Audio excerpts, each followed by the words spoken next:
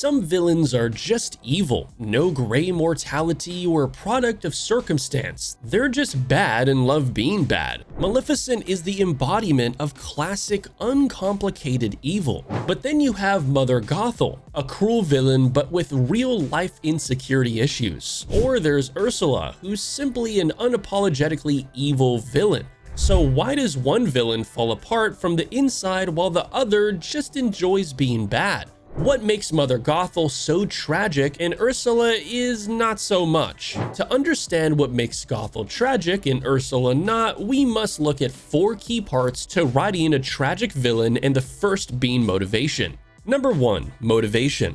What is driving Gothel to keep Rapunzel prisoner in her tower, and what is driving Ursula to steal Ariel's voice? From a surface level point of view, we can easily identify this as a case of personal fear versus ambition. Both villains crave power in a certain capacity, but the kinds of power they wish to hold vary tremendously. Ursula is emboldened by ambition and the desire to see those that banished her punished. I'll give them something to celebrate soon enough. Ariel's voice is just a stepping stone to her ultimate goal. First, it's the voice, then it's the trident, and then finally, it's the entire underwater kingdom. Her ultimate goal is to dominate, to have full control over the ocean because she feels she deserves it. And considering that she was banished before, most likely for a very probable reason, it can feel hard to sympathize with someone like this. As stated, her goal is to completely dominate, but for Gothel, her goal is survival. Stole the child, and just like that, Don't get it twisted. Gothel does want domination in some capacity, but on a much smaller scale. She doesn't want the kingdom or the endless riches that fuel it. She just wants Rapunzel. That's because her goal of domination is actually secondary to her main focus, survival. Gothel is terrified of aging, mortality, and losing those good looks of hers. While on the surface, this may feel like basic vanity, something Ursula also embodies, it's actually reflective of Gothel's view of the world. To have beauty and youth is to have worth and value. A sentiment that can be seen as reflective of how the modern world operates. Without her youth, she fears of losing control of her life, letting the natural flow of time hinder her until she's old, frail, and eventually dead. It's also worth noting that Ursula and Gothel's motivation varies greatly by how much harm they wish to cause. Ursula makes it very clear that she hopes to destroy Triton and all he holds dear, boiling over from years of spite and resentment. Gothel's mistreatment of Rapunzel, however, can be seen as purely circumstantial.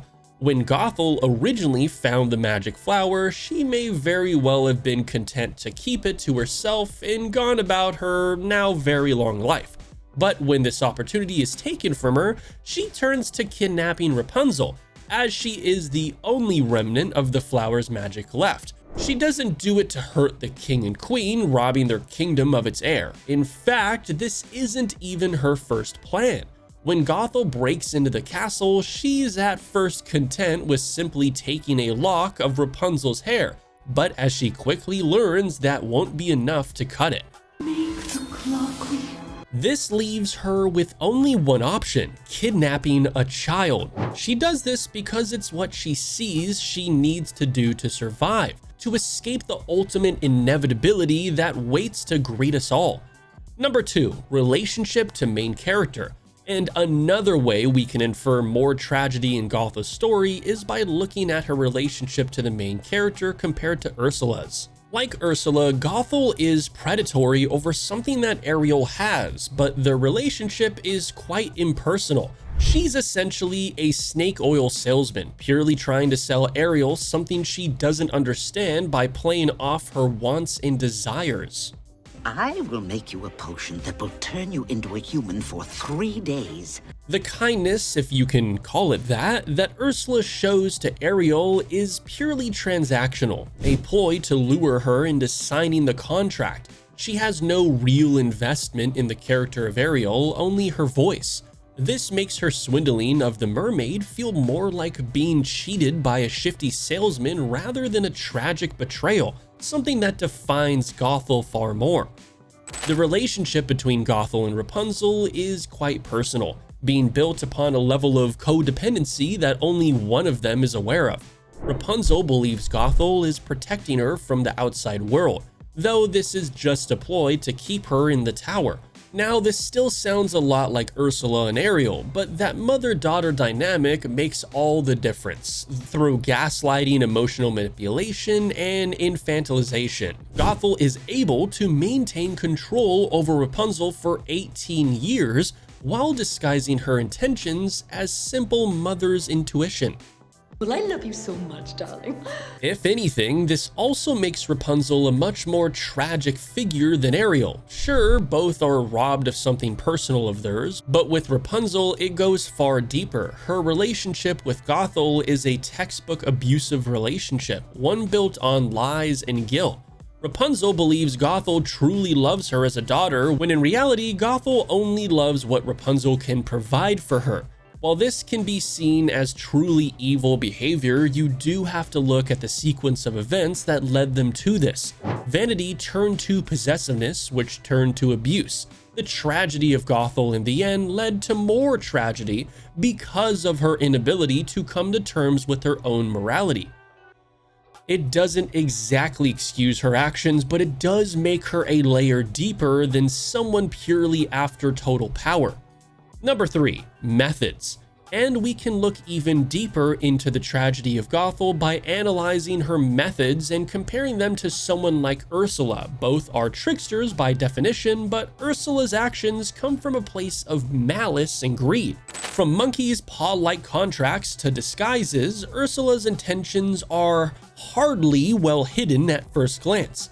The theatricality of her personality is pure subterfuge. Like performers at a carnival, their whole shtick is to make you believe something that isn't true. And while it seems obvious up front, there's just enough personality and charisma in there to make you think that what they're saying might just be true. She isn't exactly the most subtle of liars, but when you're desperate enough to chase your dream, even the most barbed tongues can sound smooth and silky. What I want from you is Your voice. So while Ursula's methods are pure spectacle meant to entrance her victims, Gothel's methods cut a lot deeper. Rather than treating Rapunzel as an outright prisoner, someone devoid of basic needs or luxuries, Gothel goes a less destructive, more motherly route. The two do bond over activities and stories, actually going so far as to make her look convincingly parental. But beneath her somewhat caring demeanor lies subtle attempts to discredit and hinder Rapunzel. Gothel attacks Rapunzel's self-worth and dreams, but through snide comments that could simply be seen as Gothel wanting what's best for Rapunzel. After all, mother knows best is the mantra that Gothel has repeatedly sold to Rapunzel, because with no knowledge of the terrifying outside world, Rapunzel has no choice but to take Gothel's words as fact. Oh, darling, I know you're not strong enough to handle yourself out there. But Gothel remembers to throw in some distractions of guilt and worry to make any potential concerns Rapunzel may have seem like attacks on Gothel's judgment and character. Unlike Ursula, Gothel just wants this tiny little slice of the world exactly the way she wants it, and that illuminates one of the saddest truths of all. Gothel could have been a good mother if she really wanted to. Plain pretend and deception can only get you so far, and for this 18-year-long plan to work, there had to have been some believability to her actions. While she may not fully exude it or even acknowledge it herself, Gothel shows signs that she did have the capacity to be loving and caring, and yet she chose not to. To be incapable of love is one thing, but to be fully possessive of the tools needed to do so and use them as insincere weapons is a whole different level of tragic. Sure, Gothel probably lived and died with no regrets, but just because she couldn't see the possibility of what could have been doesn't mean it was never there to begin with. Number 4, narrative role.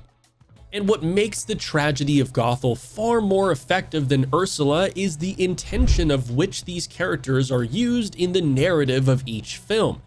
Ursula is very much the embodiment of classic fairy tale villains. She's a schemer, a liar, and a thief, often used as a reflection of the harshness of reality when a lesson needs to be learned.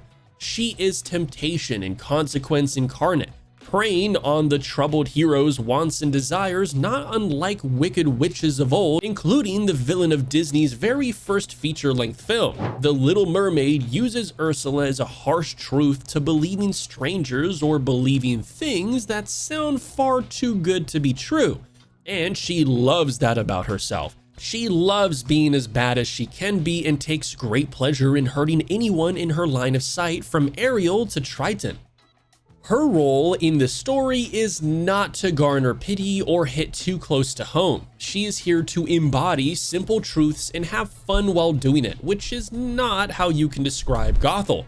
While Ursula's role in The Little Mermaid is reflective of many fairy tale archetypes that came before her, Gothel's role in the film is a lot more emblematic of modern day. The nuance of this character comes from the emotional realism she embodies, particularly within the realm of toxic parental relationships. This makes her far more of a character compared to Ursula, who is more of an idea and a narrative tool. Her own character flaws, vanity, delusion, and insecurity feel far more real and relatable.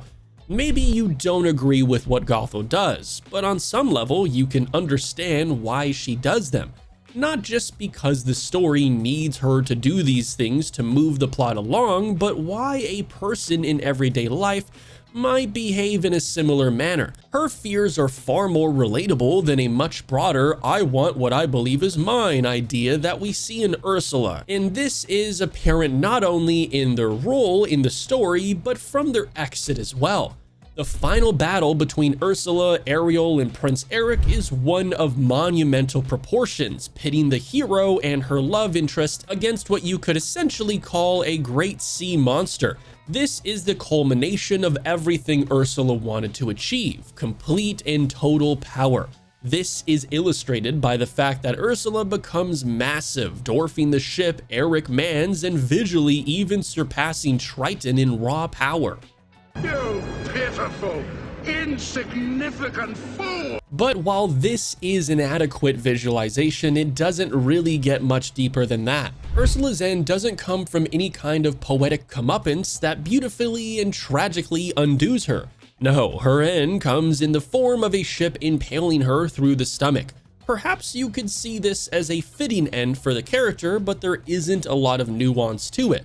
It's admittedly what most would do when faced with a gargantuan opponent like Ursula, but it also just further drives home the point that Ursula is much more an obstacle than she is the embodiment of a compelling idea.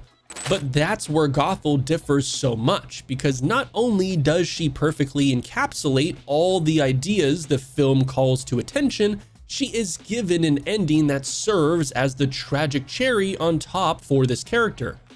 With Ursula, there was no hope for compromise or bargaining, but because Gothel is not the same tyrant style of character, a deal is initially made: Rapunzel's freedom for Flynn's life. Because at the end of the day, Gothel isn't trying to topple kingdoms or rack up an impressive body count. She just wants Rapunzel and her hair because it's the key to everything she desires.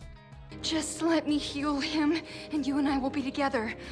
Forever, just like you want. Both Rapunzel and Flynn know this, and while Rapunzel was ready to sacrifice her freedom to save him, Flynn decides to make the decision for himself, cutting Rapunzel's hair, severing her power, and seemingly erasing any chance he had at surviving. And here is the poeticism of Gothel's demise. As the hair loses power, it slips from her hands, not unlike all the years that quickly start to slip through Gothel as she rapidly ages. Unlike Ursula, this isn't a terrifying beast being toppled, this is a person living their worst fear until it kills them. Gothel goes through a range of emotions, from initial anger to unbridled horror as she ages rapidly, and yet there's no regret. No acceptance, no coming to terms with the inevitable that all living things face. She dies just as she lived, raging against the passage of time and having the gall to believe that she was somehow above the natural order. Gothel fades from existence, not with loud bolts of lightning and a blade thrust through her, but with a simple whimper as she turns to dust. It's a bit ironic that she leaves behind nothing but her cloak, exiting this world with even less than most people, no doubt as a karmic punishment for all those years trying to divert from a path that only marches forward. So while Gothel's actions and personality might not win her much sympathy, this is still far more to take away from her character than the very similarly structured Ursula. While Ursula does embody unchecked greed and narcissism, Gothel's character delves a little deeper. Her obsession with beauty and age transcends time and cultures, being a little less broad than Ursula's motivation, yet still maintains the same timeless quality. Her fears can be seen reflected in everyday life, and while nobody has to worry about suddenly crumbling into dust, there is plenty of realism to her fear of the passage of time. Maybe it's the perceived loss of value as your skin wrinkles and your hair grays, or maybe it's the worry of not having complete control over your life and future. Either way, Gothel serves as a sombering reminder that we all go out the same way, and any attempt to fight against that absolute will not lead you to a victory, but a textbook tragedy.